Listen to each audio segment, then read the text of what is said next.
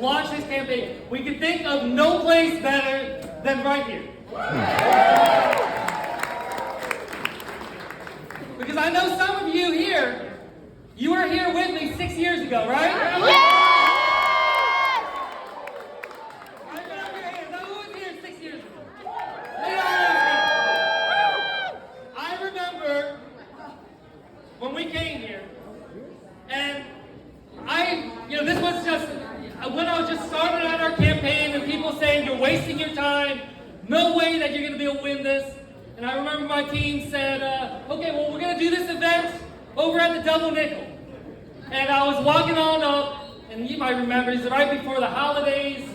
And I was thinking, okay, there's not a lot of parking space left. Maybe there's an Eagles game tonight. But I walked on in, and I saw there what I see tonight. Just people who are just tired of the brokenness of our democracy and saying enough. Yes! Yes! Right on. And that day, 6 years ago, why I think about it so much is because that was the moment when I walked in and when I talked with all these people here. So many of them were people I was meeting for the very first time. People who were telling me that they'd never been to a political event before, never been to anything like this before. And I also told them, well, neither have I. I remember someone was like, oh, I never knocked doors before, I never made phone calls before, I'm nervous, I don't know how to do it. I'm like, well, I never ran for Congress before. So. But what we did that day is we showed and built hope. That's right. Right on. That day 6 years ago, you made me a believer. When I left this building 6 years ago, that was the first time in that campaign where I said, you know what?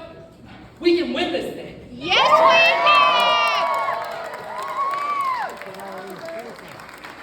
And the reason why is because your energy is my energy. And my energy is your energy. And that's exactly what democracy should be about. This isn't me just telling you how to feel, what to think, or what to do.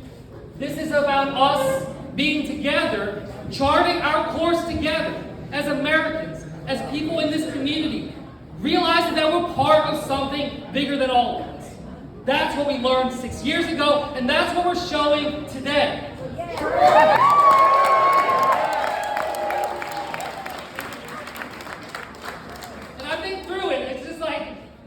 It's just so vivid in my mind, seared into me, just what was ahead of us. People, again, telling us it was impossible, no way that you can do this.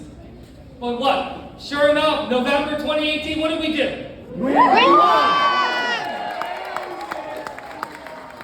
And then what did they say in 2020? They said, oh, that was a fluke. No way you can do it again. Not in a district Trump won. And, look, they had a point there. Trump won this congressional district again in 2020. But you want to know something? I did as well.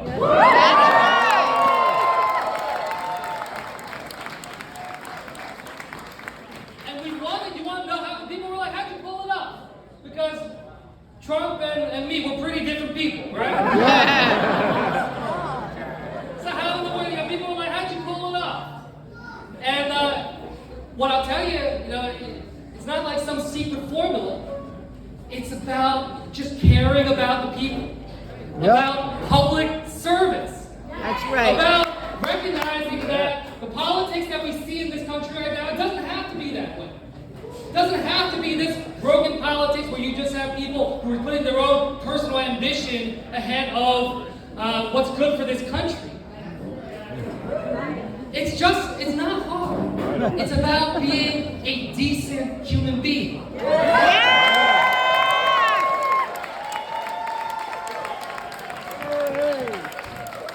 And a decent human being that treats other people with respect. There you go. It doesn't have to be that hard. People make it seem like it's some hidden formula or some long-lost idea about what we can do as a country. But it just comes down to those fundamentals.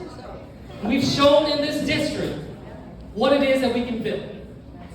Now, we're going to take on a new objective.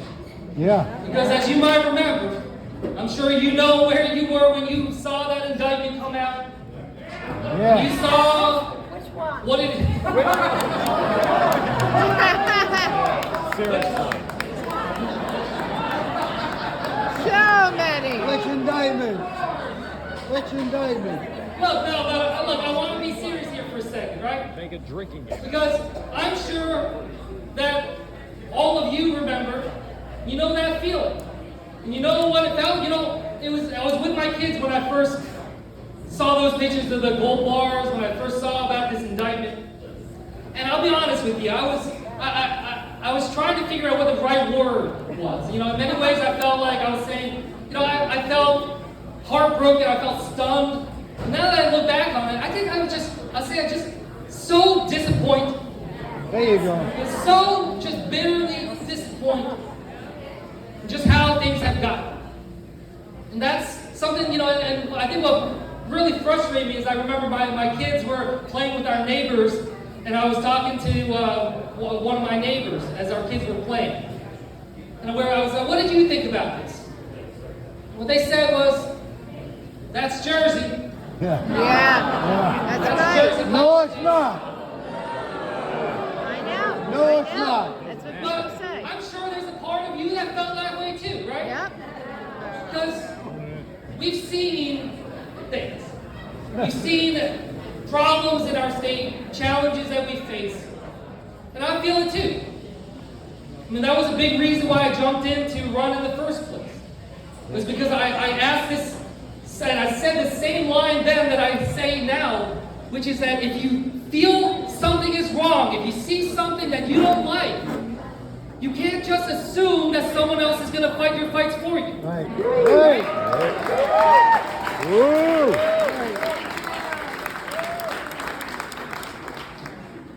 As you remember, so I decided, look, I'm a member of Congress now. I'm in a position where I can try to make some change. So I decided I was going to step out and call for him to step down. Call for the senator to step down. I'm grateful that other people joined up. I was the first in the state to do so, and others people created this chorus. But as we know, the senator came back to us, and he said 5 words that changed the course of my life. But the 5 words was, I am not going anywhere. I am not going anywhere. And look, Yeah, he's going out of what I think, office. what I heard there, and what frustrated me so much, was I felt like he was saying, this is mine. This is my seat. Nope. Right. Nope. Right on. And you want to know something? We know that's not true. It's the people's seat. That's right. It belongs to you. It belongs to you and your family.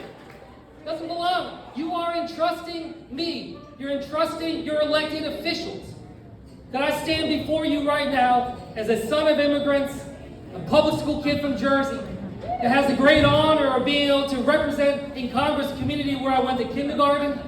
For me, as a son of immigrants, as a public school kid, to be able to work a job whose job description is in the Constitution of the United States, Yeah. that is a humbling experience.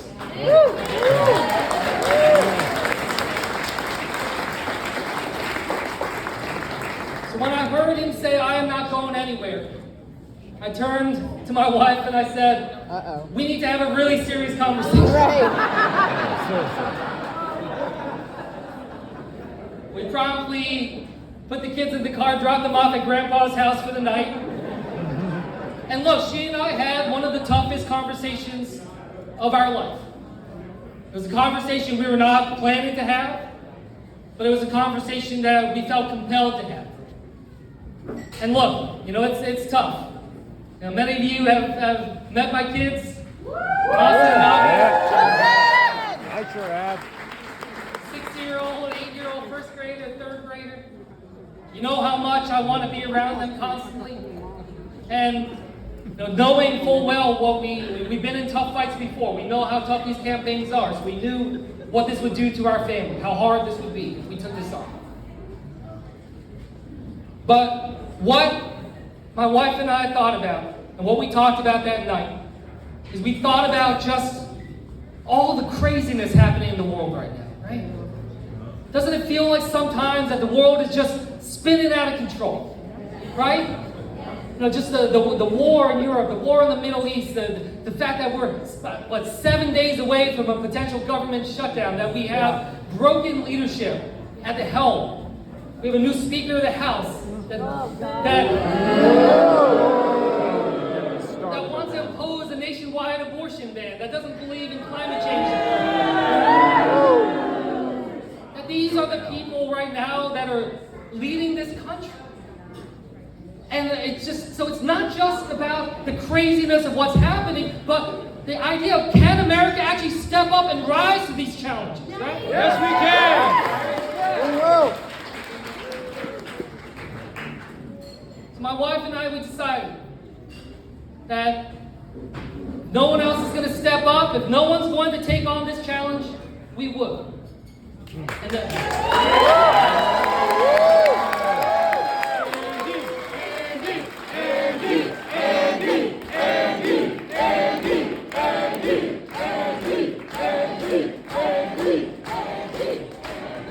And I'll be honest with you, it was really scary. We decided that his very strong and immediate response to saying, "I am not going anywhere," required a very strong and immediate response did. saying that we will give the people of New Jersey a choice. Yes. We will let them decide. Because it's not up to him to decide if he is going anywhere or not. It's up to you. Yep. So that's what we decided to do. And I have to tell you, I didn't know what the reaction would be, but everything that I saw was amazing. We have had an outpouring of support from across the state, frankly, across this country, from people who understand that this moment in time, that we are living through a historic moment in this country. Yep. A historic moment with all that's going on. And I'll be honest with you, I don't want to live through a historic moment. I don't want to live through history. I just want to be with my kids. I just want to be able to live our lives. I got leaves to rake in the yard right now. Like, I just want to be able to do this. But these are the cards that we've been dealt. This is the moment that we're living in right now. And in these times of history, the question is, what are you going to do about it? That what depends on, what shapes a historic moment are those who decide to step up. That's what determines how the outcome is. We cannot assume that our country is just on some path that's going to be fixed. We cannot assume that, again, other people will fight our fights for us. So what I ask of you is to do the same thing that we did 6 years ago, which is when they tell us it's impossible, when they tell us that this is not something you should be wasting your time on, we say, that's not your choice. You can't tell me, tell us what we can or can't do. Our vote and our voice in this country matters the same as anybody else's. Yep. No matter how powerful they are or how much money they have the same vote and the same voice that we do. And we know our power. We know what we're capable of doing because we've done it before. We are battle tested. There you go. I am battle tested. You know I can Yes, win a you race. are.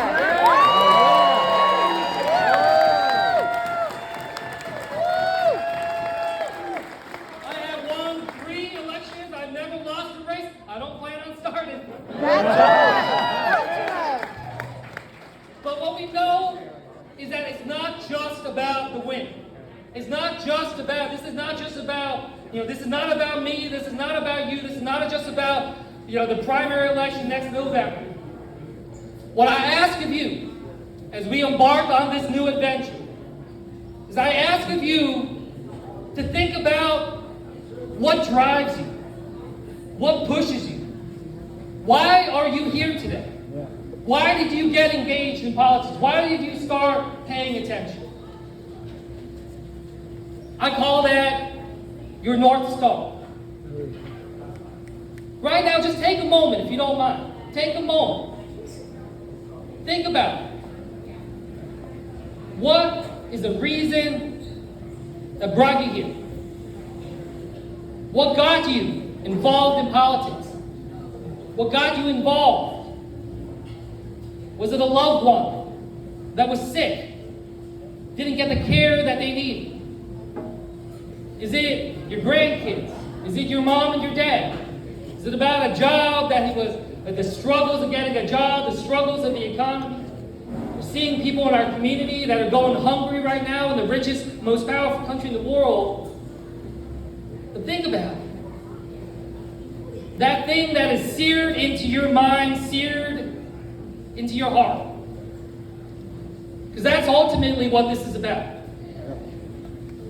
I can do a rally every single day and fire you up, but it would not come close to the passion and the fire that you have inside of you if you think about what it is at your core that you want to see change in this country. Yeah. That's your North Star.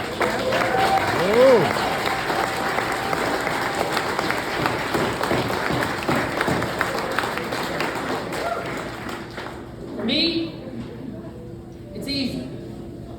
They're up there. My family. Austin. August. I know I'm not around as much as I'd like to. And I know that this job is very demanding. But I hope the two of you know, and I hope you feel it, that I do this for the two of you. Yeah. I do this for you. And when I think about who my North Star is, what my North Star is, it's you guys. And I think about this right now with all the craziness happening in the country right now. All the worries that we have. The way I say it is that I refuse to believe that my kids are doomed to grow up in a broken America. Yeah. I want to fix it.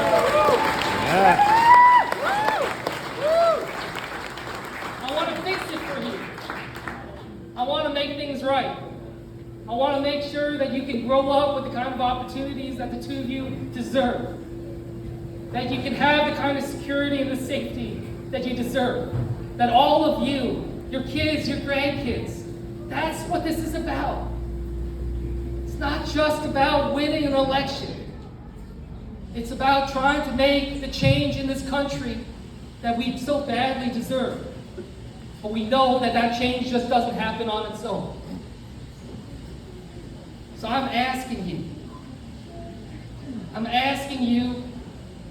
as a congressman, as a public servant, more importantly, as a father, 2 boys, I'm asking you, help me. I am going to do everything I humanly can. Everything I can to deliver the kind of future that this country deserves. I can't do it alone.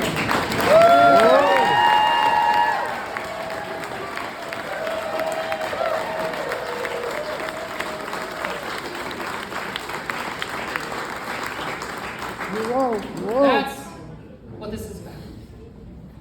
Now I'm going to ask of you the same thing that I asked of you 6 years ago. Join me. Give me everything you got. Let's leave this all out in the field. Let's work these next 7 months to a place where we can say, at the very end of it all, no matter what happens, that we have no regrets. We gave it everything we had. Yes. Yeah, we're ready.